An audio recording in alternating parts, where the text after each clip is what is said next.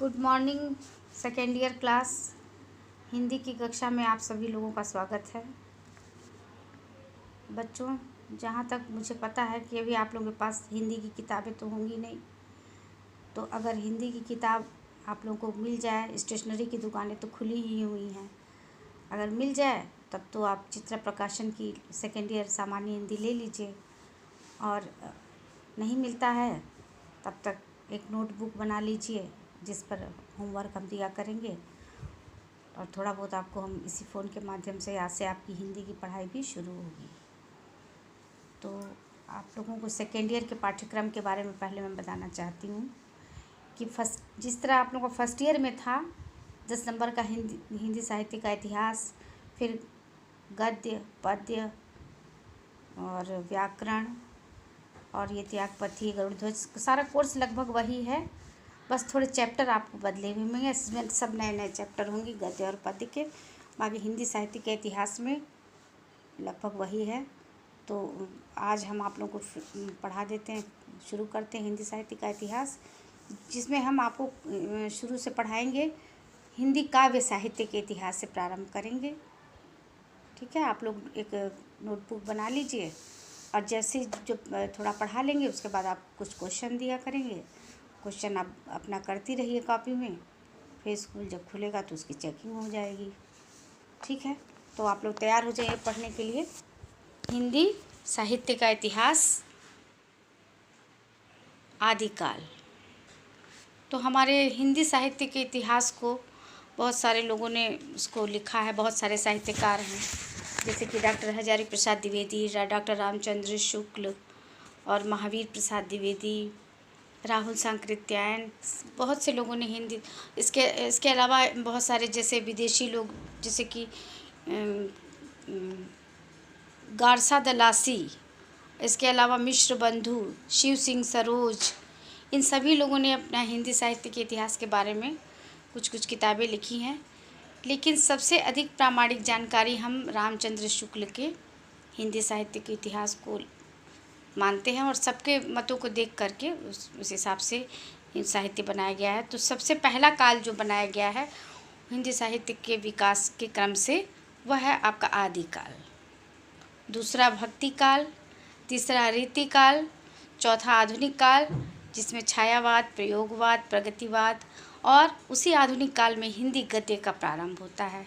जब अब हम आपको पढ़ाते चलेंगे, जब हम आधुनिक काल पढ़ाएंगे, पढ़ाते पढ़ाते जब पहले तो कविता से ही प्रारंभ होता है, जब गद्य का प्रारंभ हो तो उसी में हम आपको गद्य साहित्य का इतिहास भी पढ़ाएंगे। ठीक है, तब तक आज आप लोग आदिकाल पढ़िए, हिंदी काव्य साहित्य के इतिहास का आदिकाल। ठीक है, आदिकाल की समय सीमा।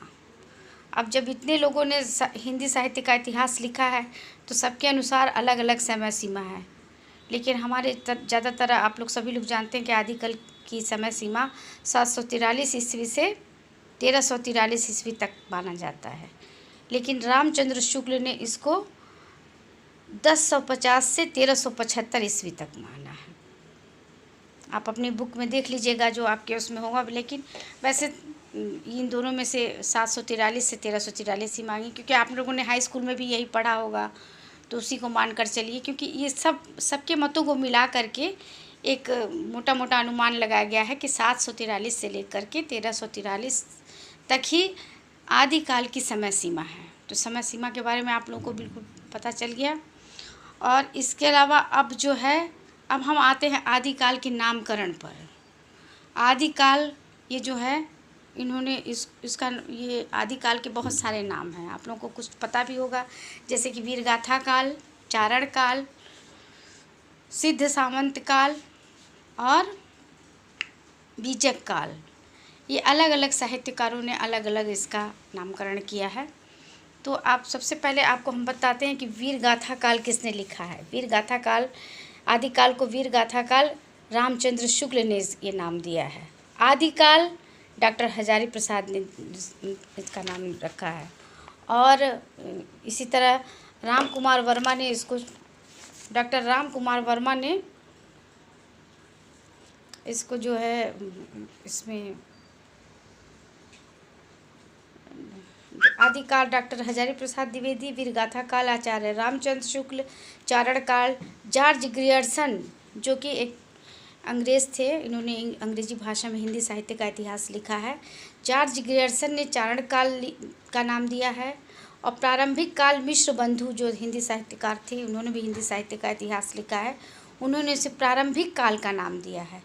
बीज वपन काल या बीजक काल महावीर प्रसाद द्विवेदी जी ने कहा है। सिद्ध सामंत काल ये राहुल सांकृत्यायन जी ने ये नामकरण दिया है।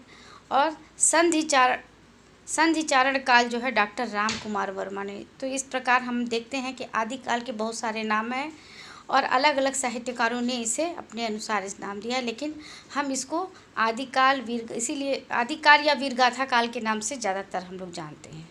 लेकिन आप लोगों को ये भी जानना जरूरी है कि इसको सिद्ध सामंत काल, वीर काल, संधिचारण काल, बीजक काल, प्रारंभिक काल इत्यादि का बहुत सारे नामों से जाना जाता है। तो एक बार आप लोग फिर से इसको देख लीजिए। आदिकाल जो इसका नामकरण जो उन्होंने सबसे पहले किया था वो डॉक्टर हजारी प्रसाद द्विवेदी जी ने किया था।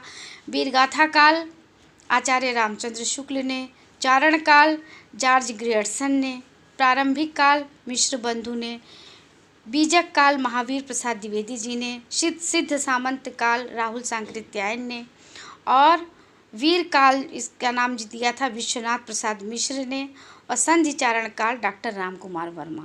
तो ये आपका ये तो अभी नामकरण हो गया, समय सीमा और नामकरण, ये दो चीज़ आप लोगों के कॉन्सेप्ट क्लियर हो गए।